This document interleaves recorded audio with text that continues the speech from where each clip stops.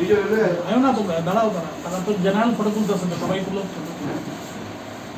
Photo দেখতে তো গেলে চলে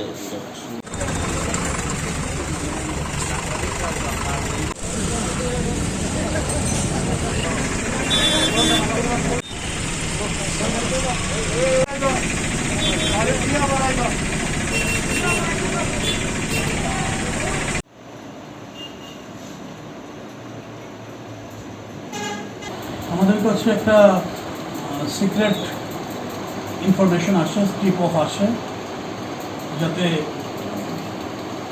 আমরা একটা খবর পাই যে বিশালগড় যে নিচের বাজার আছে নিচের বাজারে ওখানে এই ধরনের কিছু মাল এরকম পাওয়ার সম্ভাবনা আছে।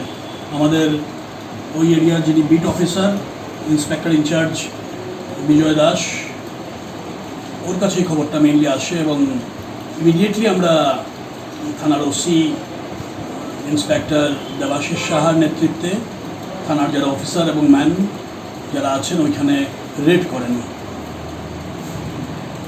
ওই নিচের বাজারে উত্তম বণিক নামে একজন যারা এসবের কারবার করেন ওর দোকানে রেড করা হয়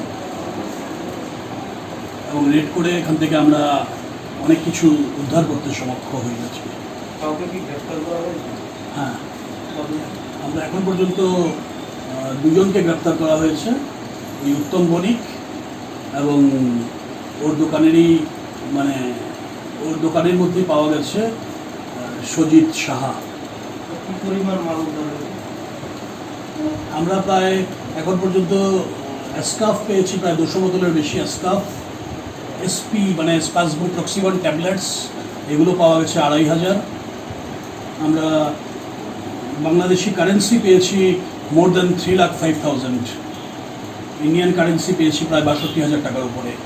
এছাড়াও বেশ কিছু অর্নামেন্টস, গোল্ড অর্নামেন্টস এখান থেকে উদ্ধার হয়েছে, যেটার বাজার মূল্য হবে প্রায় 3.5 লাখ টাকার কাছাকাছি। Don't forget to like, share and subscribe to East Mojo. For any queries, put them down in the comments section below and press on the bell icon for notifications.